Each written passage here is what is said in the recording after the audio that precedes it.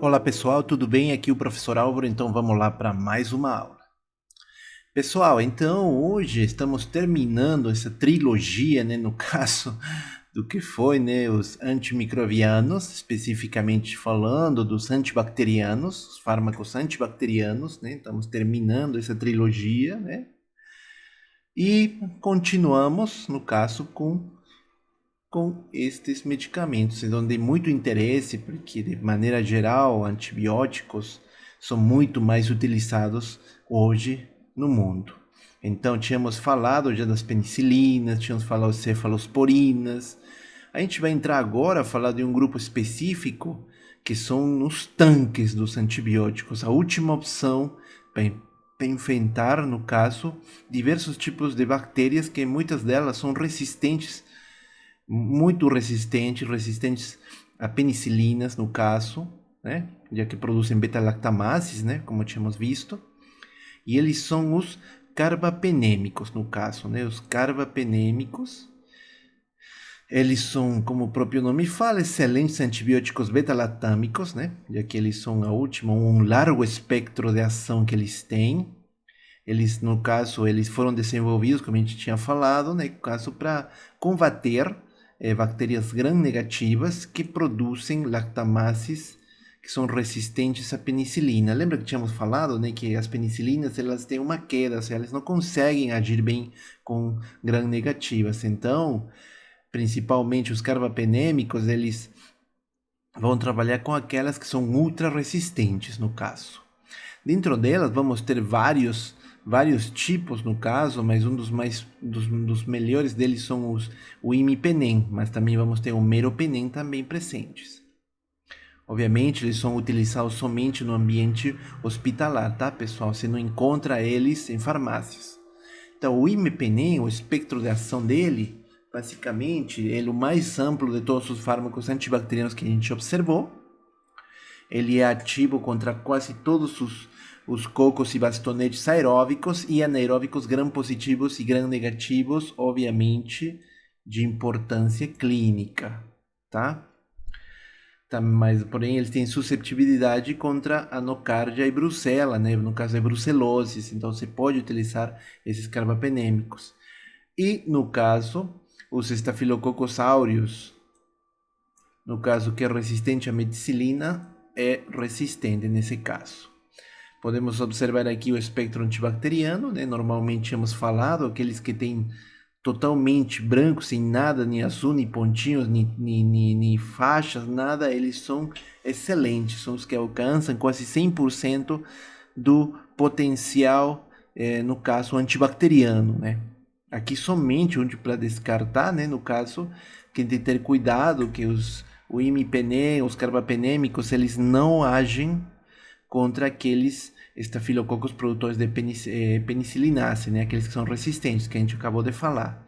Mas qualquer tipo de estafilococo ou outro tipo que não seja resistente ao produtor de penicillinase, aí ele age normal.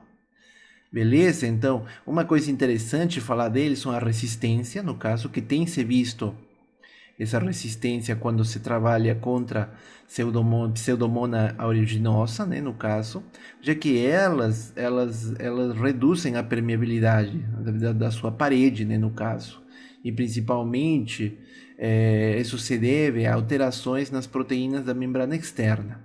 Então, ao reduzir essa permeabilidade, lembra que tínhamos falado, eles têm os poros, né, as porinas, que é onde essas pseudomonas conseguem diminuir esse tamanho, no caso dessas porinas, e impedindo que os medicamentos entrem através delas.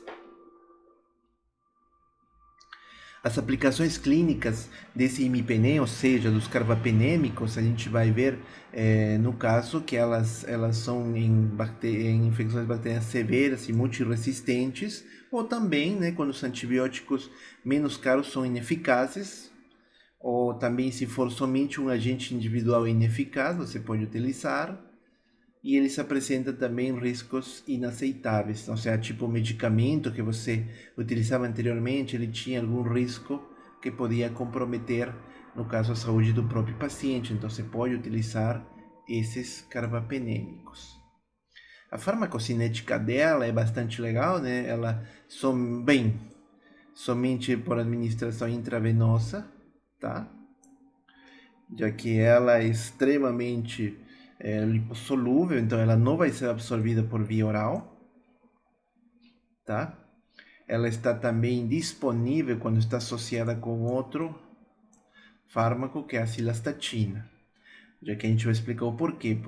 Porque essa cilastatina ela tem que acompanhar ao imipenem para proteger os rins durante o processo de eliminação desse medicamento. Porque se não tivesse a cilastatina, no caso o imipenem, ele destrui e provoca necrose tubular proximal nos rins. E aí isso é perigosíssimo.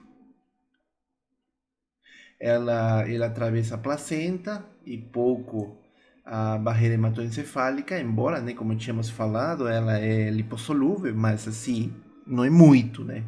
Não é o suficiente para ela atravessar a barreira hematoencefálica.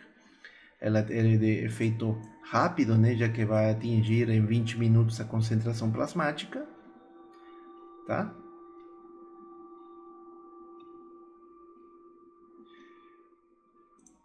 Os efeitos adversos que ela tem são distúrbios gastrointestinais, né, como grande parte deles. Assim também a gente vai ter também tromboflebite presente, né, como estamos observando aqui. E reações de hipersensibilidade cutânea. Outra coisa interessante, falar isso dos carbapenêmicos, são as interações medicamentosas que a gente tem. Ele vai interagir com aminoglicosídeos, provocando um efeito aditivo ou sinérgico. Assim também pode se interagir com outros agentes beta-lactâmicos, causando um efeito antagonônico, então diminuindo ou eliminando o efeito desse imipenem. Se você vai utilizar ele com sulfonamidas com trimetoprim, né, no caso, pode causar um sinergismo especificamente contra essa bactéria, Nocardia asteroides. E se você utilizar com cloranfenicol, aí você diminui essa eficácia. Agora passamos a ver, isso seria, né, basicamente os carbapenêmicos. Agora vamos entrar a outro tipo de antibióticos, que são antibióticos peptídeos, tá? Dentro dele vamos ter os glicopeptídeos. Neles temos três representantes, mas os dois mais importantes, que estão em vermelho, é a teicoplanina e a vancomicina, né? A vancomicina é um dos mais conhecidos. O mecanismo de ação deles, basicamente, é através da inibição da síntese celular do peptidoglicano e a permeabilidade da membrana bacteriana. Eles também afetam a síntese de RNA bacteriano, né, no caso. Outra coisa interessante, né, que a vancomicina ela é administrada por infusão intravenosa contínua e se usa em infecções que são provocadas por aqueles estafilococos produtores de penicillinase, né, que são resistentes à meticilina, né, no caso esse é MARS. Já a teicoplanina é ligeiramente melhor que a vancomicina, né, no caso ela pode ser administrada por intramuscularmente e tem um tempo de vida média longo. No caso, o aspecto antibacteriano, ele vai ser bem interessante, né? Tanto vancomicina como teicoplanina, né? Eles são bactericidas para grande parte de aeróbicos e anaeróbicos gram-positivos e também pelos estafilococos resistentes à meticilina, né? Os que produzem penicillinase. Isso também, no caso, já eles são resistentes para a grande maioria de bactérias gram-negativas. As aplicações clínicas deles, importante ressaltar na vancomicina, para o tratamento de colite pseudomembranosa, né, que é provocada por uma bactéria bem difícil, né, que como o próprio nome fala, que é a Clostridium difficile. Mas por que aparece essa Clostridium difficile se ela é uma bactéria da própria microbiota, né, intestinal que nós temos? E o que acontece? Quando tem outro tratamento, outros tipos de medicamentos, podemos falar até de cefalosporinas, eles, no caso, eles produzem que é morte de outras bactérias que controlavam, entre aspas, né, a Clostridium difficile, e ela começa a abundar, já que não tem ninguém que pare ela. Tá? Ou também pode ser provocado por infecções estafilocócicas muito multiresistentes, tá, pessoal? A teicoplanina, ela requer menor dosagem que a vancomicina, uma coisa ligeiramente melhor, administração intramuscular, né, a vancomicina intravenosa. Ela tem pouco potencial tóxico, já seja na ototoxicidade, a nefrotoxicidade. Também tratamento de infecções ósseas e de articulações, né, como que seja provocado por bactérias gram-positivas, resistentes a outros fármacos. Aqui podemos observar o espectro de ação, no caso dessa vancomicina e teicoplanina, que são bem parecidos. Então, contra aeróbicos gram-positivos, ela é excelente, já contra os gram-negativos, ela é muito ruim, né? Menos de 20%, como tínhamos falado. Já os anaeróbicos obrigatórios ela é boa, e contra estafilococos produtores de penicilinácea, ou seja, os que são também resistentes à meticilina. A farmacocinética é um pouco diferenciada entre esses dois, valendo ressaltar, principalmente na vancomicina, né, no caso, se a gente administrar por via oral, é fracamente absorvida pelo fato de ela ser, no caso, lipossolúvel. Ela é intravenosa, é adequada e levemente pobre, né, no caso, então a gente tem que fazer uma infusão lenta para ser, no caso, administrada. Mais de 90% excretado por filtração glomerular, né, no caso, de 10% pela bile. Obviamente, em pacientes nefropatas tem que ter bastante cuidado, né, e trabalhar com uma dosagem diferenciada. Já a teicoplanina, no caso, já ela não é absorvida, no caso por via oral, pelo fato dela ser polar. Ela somente vai ser administrada intravenosa, né, que na anterior, e também pode ser por intramuscular. Ela também, igual que na questão da excreção da vancomicina, ela é mais de 90% excretada e 10% pela bile, né? E tem poucos efeitos adversos. Um deles é a nefrotoxicidade, que provoca este tipo de antibióticos peptídeos, glicopeptídeos no caso. Assim também, as vias de administração, como nós estamos falando, a vancomicina, embora ela seja pobremente absorvida por via oral, quando a gente está falando do tratamento para colite, né, por Clostridium difficile, vai ter que ser administrada via oral. Já a teicoplanina, por via intravenosa rápida e administrada intramuscularmente. Os efeitos adversos desses glicopeptídeos, vancomicina, teicoplanina, né? Obviamente problemas cutâneos, erupções, espinhas. Tem reações de hipersensibilidade, já que ela vai liberar histamina, né? Então pode ter processos alérgicos.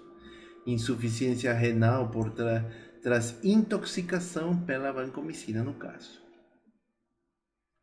Temos outro tipo de antibióticos peptídeos, que são a bacitracina. Já ele é um complexo peptídeo, polipeptídico, né? Não é tão parecido como com os glicopeptídeos. Mecanismo de ação: inibir a síntese de peptidoglicano da parede celular bacteriana, né? No caso, através do que? Uma coisa interessante, do bloqueio da fosforilação bacteriana. Ao fazer isso, né, ela elimina, no caso, a produção de novas proteínas e energia, né, no caso, para a produção dessa parede, e morre essa parede, e aí o mecanismo, a bacitracina exerce seu efeito. Beleza, pessoal? O espectro antibacteriano, obviamente, gram-positivas, por via tópica e via parenteral, né?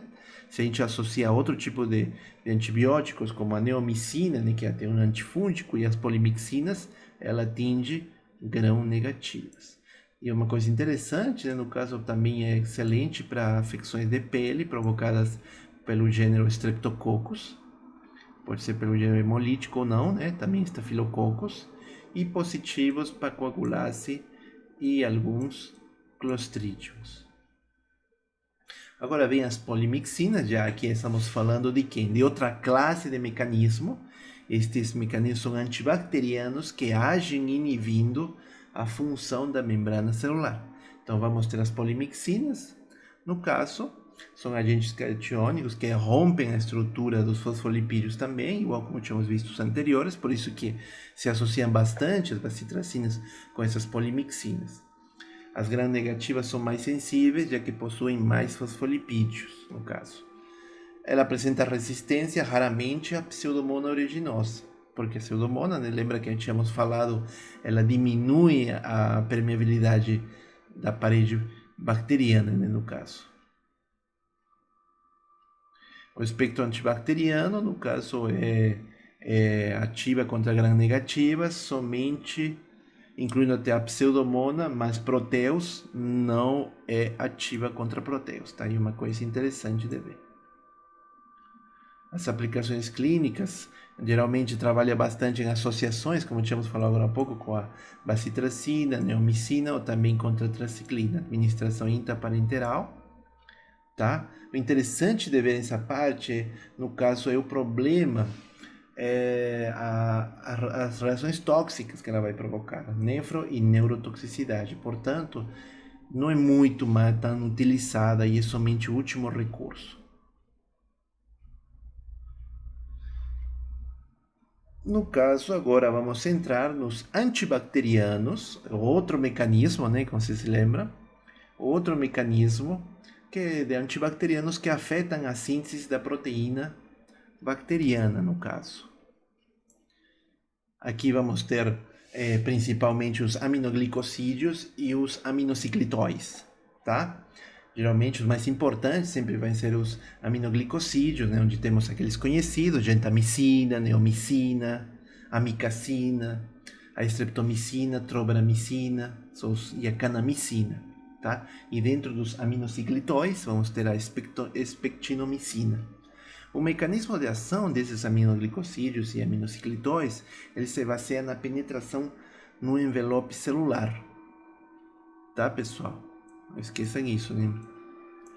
Também o mecanismo pode ser ajudado quando é administrado com outras penicilinas que vão interferir na síntese da parede celular. Assim também, galera, no caso, a resistência, os mecanismos que são produzidos por eles, né? Normalmente se dá por intermediação de um plasmídio bacteriano, né? Porque isso vai levar a uma mutação dos micro-organismos. A permeabilidade novamente vai se reduzir, como tínhamos visto a pseudomonas aeruginosa, e vai ter inativação do fármaco pelas enzimas bacterianas. Quem principalmente desenvolve isso? As bactérias gram-negativas entéricas do estômago, do intestino, né, no caso.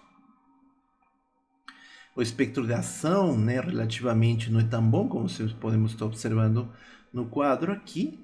Geralmente é muito efetiva contra aeróbicos gram-negativos, né? Então o foco principal dela é esse. E temos também os estafilococos são susceptíveis, porém o resto de gram-positivos não são, né? Então é bem baixo esse espectro de ação. Somente é recomendado contra aeróbios gram-negativos, tá, pessoal? Também trabalha com alguns micobactérios, no caso, e micoplasmas, mas nada de ser tão ressaltante, entendeu? A farmacocinética dela, né, no caso, ela não é tolerada por via oral, a administração sempre vai ser parenteral. No caso, a sua ação é altamente alcalina e levemente muito baixo ácido, que pode provocar uma injúria tecidual, esses aminoglicosídeos. Se você administrar eles com alimentos, se reduz a nefrotoxicidade que ela pode provocar. Ela tem uma fraca penetração tecidual, né? Principalmente o sistema nervoso central e olhos. Eles são eliminados através, o importante isso aqui, através da filtração tubular. Os efeitos adversos, no caso, podem ser aumentados pela administração concomitante de diuréticos. Por quê? Se ele é nefrotóxico, então o diurético demanda maior trabalho, no caso desse rim, então o uso de aminoglicosídeos pode piorar esse problema. A nefrotoxicidade, né, se aumenta principalmente em pacientes idosos ou jovens sobre risco, desidratação, se o paciente tem febre, sepse, ou se ele está utilizando anti-inflamatórios não esteroidais, ou se ele apresenta uma hipocalemia, ou tem administrações de doses frequentes num dia. Né? Então, tudo isso tem que ser analisado, avaliado, para evitar a nefrotoxicidade. Também ela vai provocar ototoxicidade, né, no caso, provocando disfunção vestibular ou auditiva, né?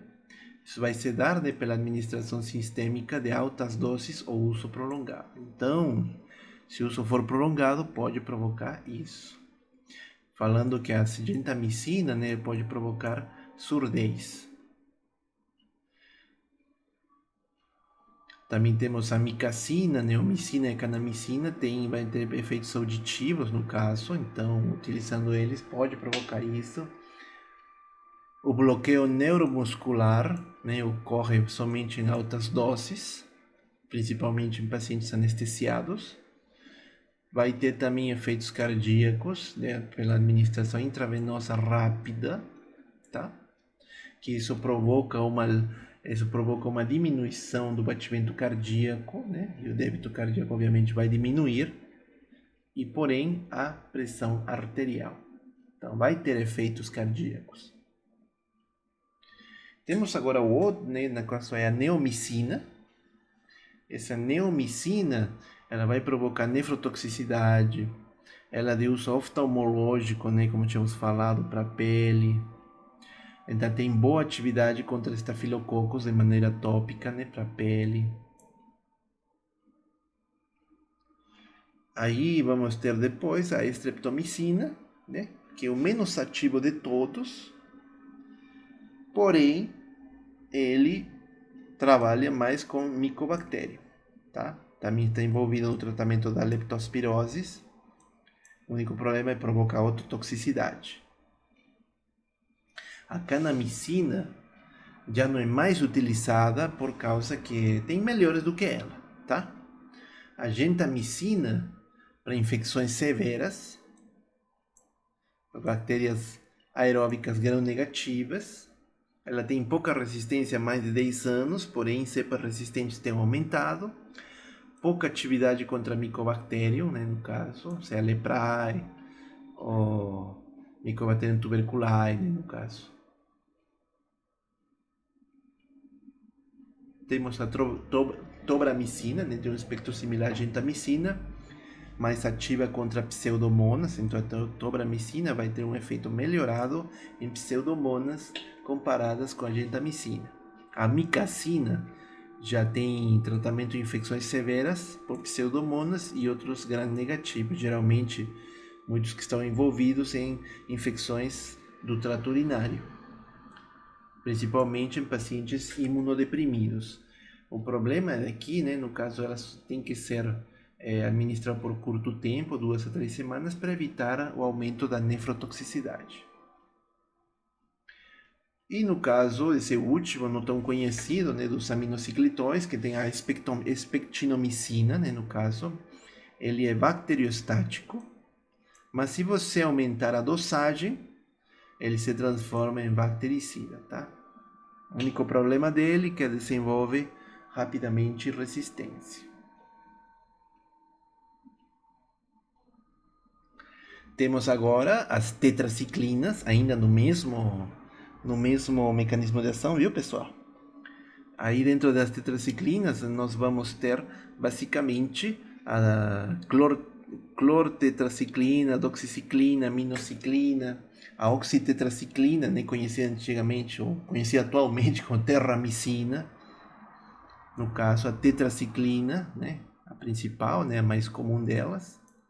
O mecanismo de ação dessas tetraciclinas se dá porque quando esses medicamentos são capturados pelos micro-organismos que conseguem absorver eles, vão ser capturados através de um mecanismo que é o transporte ativo, muito importante lembrar disso. Aí eles vão inibir a síntese proteica pela inibição da subunidade 30S do ribossoma bacteriano, tá? E também eles podem interferir com a tradução da proteína de RNA, tá? Normalmente essas tetraciclinas estão associadas a corticosteroides e anestésicos locais.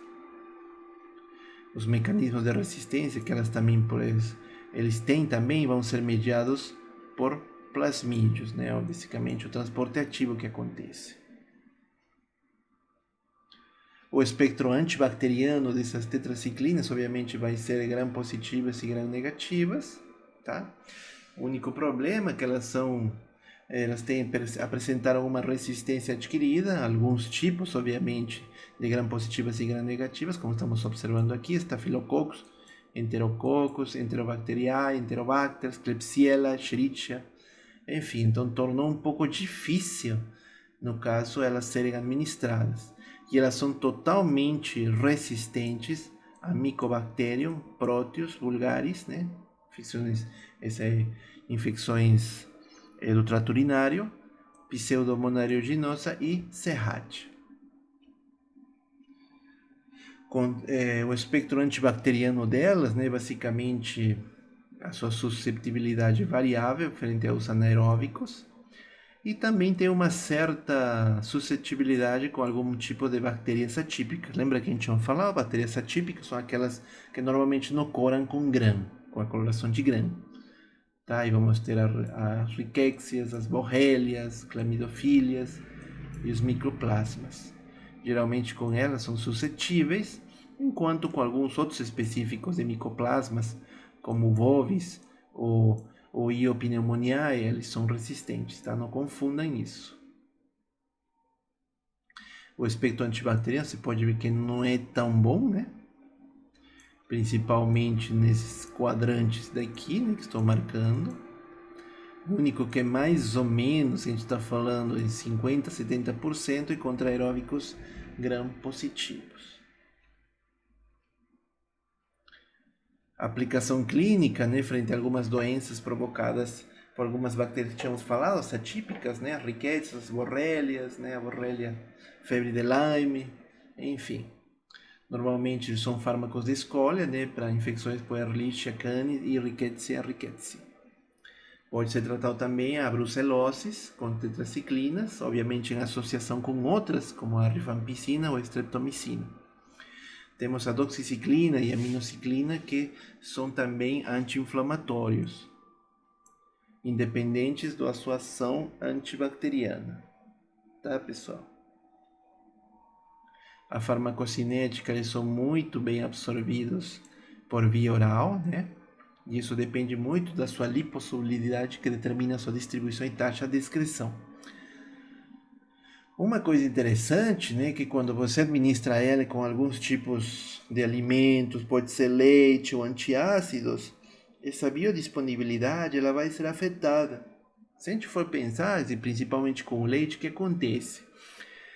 No caso, é por causa dos quelantes de íons metálicos, que vão formar complexos não absorvíveis, tá? Por isso não pode ser administrado com leite.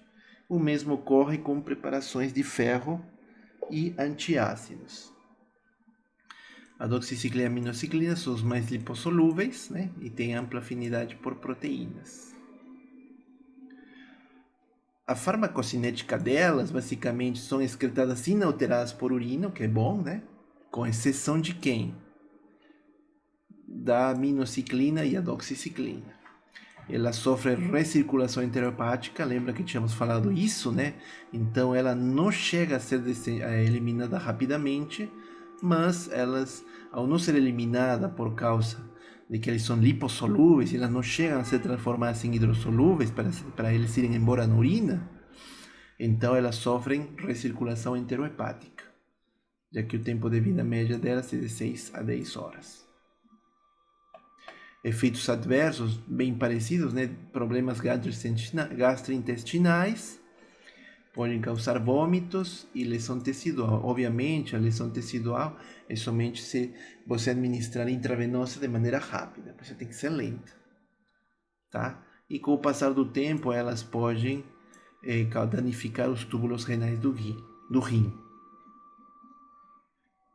Lembrando, né, vão provocar essas lesões renais, no caso, e aí provocam também uma nefrotoxicose fatal, se você administrar 2 doses de 130 mg por quilo. Eles também podem provocar azotemia, lembrando que a azotemia é a presença de nitrogênio no sangue. E isso vai ser potencializado ainda se o paciente ele normalmente toma, né, corticosteroides, né?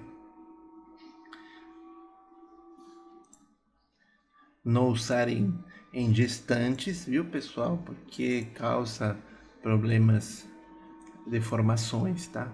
E pelo fato deles serem agentes quelantes, essas tetraciclinas, elas vão quelar o cálcio dos ossos e dos dentes, o qual vai provocar hipoplasia do esmalte e ossos fracos, né, no caso. Então, pessoal, não esqueçam também que as lesões renais que elas provocam e também lesão hepática, tudo sobre quando tem muita dosagem. Então, pessoal, basicamente seria isso. Terminamos essa trilogia, né, que estava bem difícil, né? Não está difícil, né? Mas realmente, antibacterianos é muita coisa. Então, numa aula, 2 até pensei, mas não. Isso aqui é informação importante que vai servir para vocês mais para frente, né? No caso, tá? Então, guardem com carinho, né? E qualquer dúvida, estamos por aí, tá? Aqui as referências que a gente utilizou para isso. Não esqueçam que essa aula vai estar disponível no meu canal de YouTube, né? Junto com as outras aulas, tá? Fica à vontade aí, um abraço grande, deixa essa frase aqui e a gente se vê em breve.